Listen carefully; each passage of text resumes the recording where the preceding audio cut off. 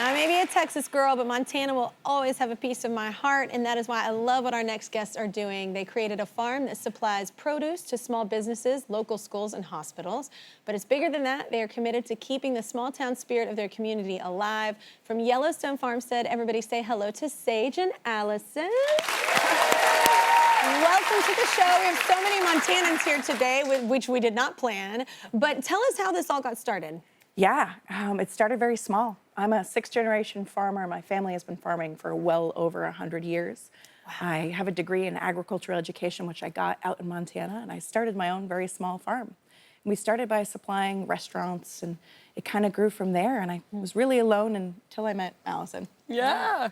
So I grew up with food insecurity, and so I kind of wanted to sort of figure out how to grow food myself and create stability on my own, which is what led me into farming. And so then I ended up working for a farm to table for some years, only 2 miles away from her. We hadn't met one another. Wow. Yeah, and so it's close, but so far away. Yeah, and so what I really loved about it is my community kind of raised me, and so I loved the aspect of working with my community and bringing them into that gardening space. And so when it got bought by a corporate business, like so many businesses and land around us has been bought up by billionaires, I just felt kind of lost, and I didn't really know where to go with all this passion and heart that I had. And then, oh my gosh, I met Sage like that same week. Yeah. And she was 2 miles from me farming on her own farm. A lot of that happened, I feel like, too, during COVID. Like, even I was there in 18, and then when COVID hit, like, it really killed a lot. Even the small town I'm from, it killed a lot of businesses. They couldn't do it. So that's why all those big corporations came in, because they could afford that. So it's really unfortunate. But at first, Sage, you focused on your own farm, but you soon started tackling bigger issues. So explain that. Yeah, you just touched on it. You know, our farm is multifaceted. We supply restaurants, we supply schools, we supply our food security systems in the town, and we supply anyone and everyone. And when we asked what more could we do for you, what more could we do for our clients and the people that we work with, everyone made the same bad joke. And it was, well, we need more labor. And of course, labor needs a place to stay. Isn't it that people don't it's the hardest thing, just to put people up. There's nowhere for them to stay if you can bring people, Yeah, it's a stark contrast. And unfortunately, all these mom and pops that we're used to supplying, all these schools that we work with, there's nowhere for this summer labor to live. And we knew that we had to do something about it. And my dad was really adamant, when you can and you have the opportunity to do so, you should build a longer table, not a taller fence. And so we needed to come up with we needed to come up with a plan. Yeah. And we did. So, oh my gosh, I mean, we found this really amazing property that just needed a little bit of facelifting. And, you know, we had 12 units to work with. And the people we lease are amazing. They're super great people. But, like, we cracked these doors open. We're like, we have a long winter ahead of us, and it's just the two of us. And so all winter we spent, you know, rehabbing this housing, because we knew, we're like, look, you know, how are people going to find housing that are come work on the farm? And with our limited budget and everything we're putting into it, we can offer this working exchange where, you know, hopefully we can get people to come out, and for 15 hours a week, they work on the farm, we give them a place to live.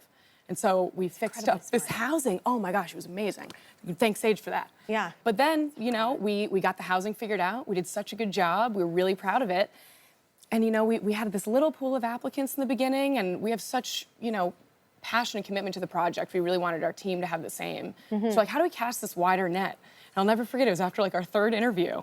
We're like, let's put it on my TikTok. Let's just do this for people. It works out for people sometimes. I'm telling you what, TikTok, everything, it's crazy. A miracle maker. I sound like an old woman right now, how I said that. But it is, it's amazing, like, what blows up just from being on TikTok. Oh, well, and I kid you not, it's like, we were like, we got to go back to the farm and keep working, but we set the phone up, we're like, who wants to be a farmer outside of Yellowstone? Yeah. Like, you know, we'll give you a house, it's only 15 hours of work, and we just chucked it out there. We went out of service, and we came back. We had, you know, 200 additional followers. We had 200 applications. And we're like emotional, like, oh my God, this is amazing. We went to bed, we woke up, 7,000 new followers. We had 4,000 applicants.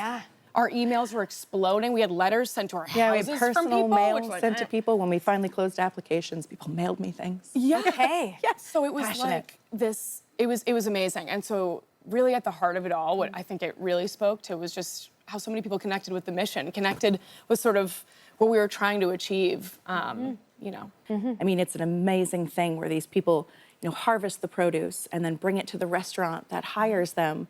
They deliver the produce and work a full shift, unbeknownst to them.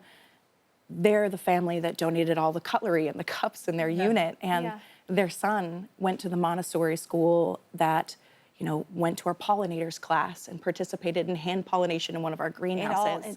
It is all one big circular system. And our town has this silly joke where it's everybody sharing the same $20 bill round and round. Oh my God, you just, that's amazing. And this project really embodies that mission and that message. And we're all in this together. Yeah. Oh, I love it so much. Everybody, if you want to learn more about the Yellowstone Farmstead and to support their mission, head to our Instagram right now or their TikTok.